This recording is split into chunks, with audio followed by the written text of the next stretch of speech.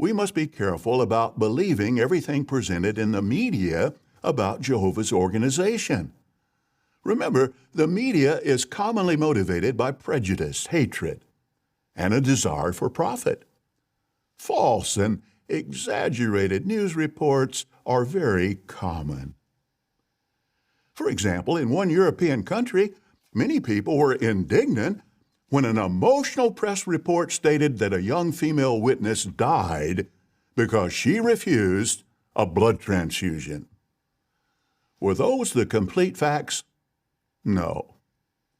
The patient refused a blood transfusion on religious grounds, but she did agree to alternative non-blood medical management. This could have been implemented immediately and likely would have saved her life. However, the hospital delayed matters unnecessarily until it was too late. The press report didn't mention these facts. While it's unreasonable to distrust all secular sources of information, we must be wary. 1 John 5:19 says, "The whole world is lying in the power of the wicked one." Is it really now? So apparently now it's the turn of the news media to be on the receiving end of Stephen Lett's wrath in the September 2022 JW Broadcasting episode. As we just heard there, the whole world is under Satan's control, including the news media, and that's why Jehovah's Witnesses should be skeptical when it comes to any information about their religion printed or broadcast in the media. Exhibit A, an example in one European country regarding a young female witness who died refusing a blood transfusion. We don't know the country. We obviously don't know the name of the witness. We don't know which news article is being talked about here. We can't independently verify what Stephen Lett is saying or the way Stephen Lett is characterizing this story. Let's remember what Stephen Lett has only just said regarding the words of apostates. They speak twisted things by leaving out vital details. Where are the vital details in this story, Stephen? This is your example, the definitive example, to show that Jehovah's Witnesses cannot trust the media, and you're making it as vague as you possibly can so that it's impossible for us to verify your version of events, so that it's impossible for us to, say, speak to the doctors to find out whether they can corroborate what you're saying. But hey, who needs doctors? Because apparently Stephen Lett knows that non-blood medical management would have saved this young woman. The patient refused a blood transfusion on religious grounds, but she did agree to alternative non-blood medical management. This could have been implemented immediately and likely would have saved her life. So he's a doctor now. Fantastic. Stephen Lett, who can just about tell us the rudimentary meanings of words, and who talks down to his audience, infantilizes them in broadcast after broadcast, seems to barely have a grip on things himself, is now in a position to be telling trained medical personnel that he's right and they're wrong, and that in a specific case, or should I say a non-specific case, because he's not giving us any details, in a specific case, non-blood medical management would have likely saved a woman's life. This is the level of arrogance, of presumptuousness of the governing body. This is supposed to be faithful and discreet. This is supposed to be wisdom, folks. And yet here Stephen Lett is claiming to know everything about how a particular patient should have been treated, and more importantly, making himself an utter hypocrite by falling foul of the very criticism he has only just levelled at apostates, who he claims leave out vital details. Thank you, Stephen, for immediately walking into the stereotype that you have carved out for others. You utter hypocrite. I'm sorry, there's no other word for it. And what I find supremely ironic about all of this fearmongering regarding the media is that when it comes to journalists and the media, this is an organization that likes to have it both ways.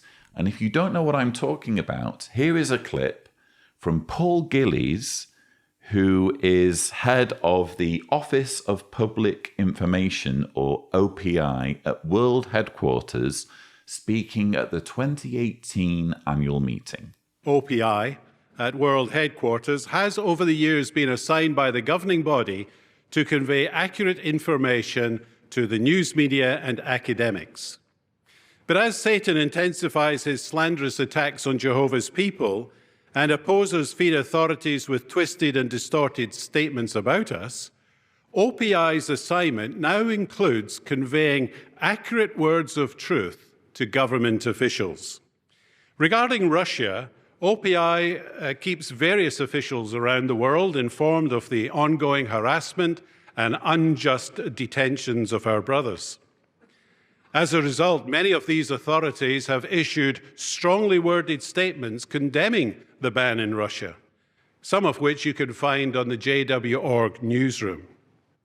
Meanwhile, OPI communicated with journalists about Russia, one of whom wrote a very interesting article for the international edition of Newsweek.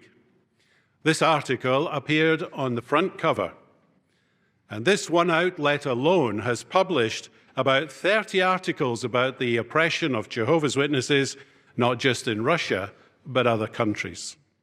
This is what's called having it both ways. So, on the one hand, according to Stephen Lett, Satan is an evil ventriloquist who is using not serpents but human puppets to enunciate his voice.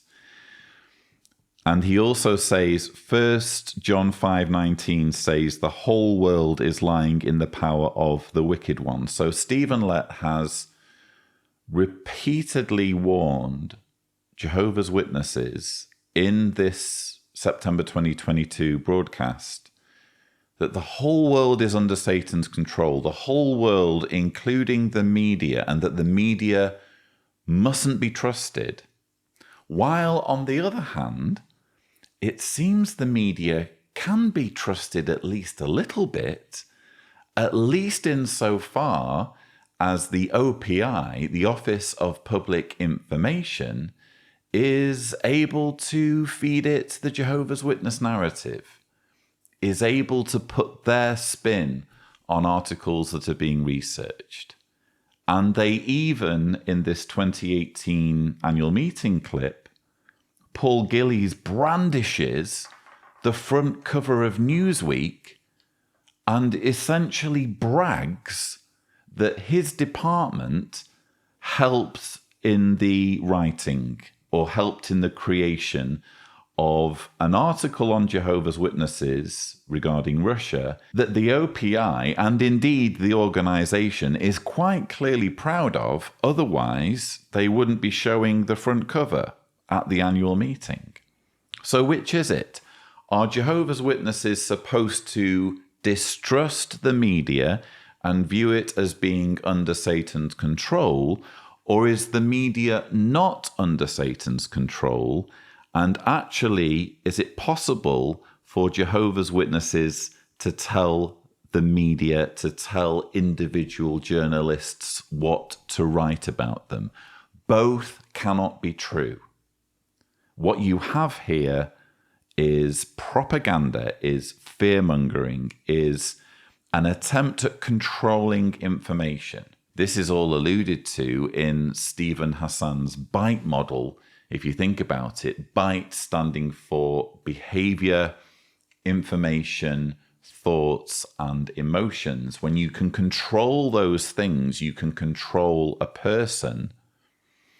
And what the organization is showing that it can do here is control information, not just control what journalists write about the organization, but control Jehovah's Witnesses into being distrustful by default regarding journalism, regarding the media, just in case the media writes something about Jehovah's Witnesses that the organization isn't happy with, that in fact is fair and objective about Jehovah's Witnesses, and helps to warn people away from Jehovah's Witnesses and expose the organization as being corrupt and abusive.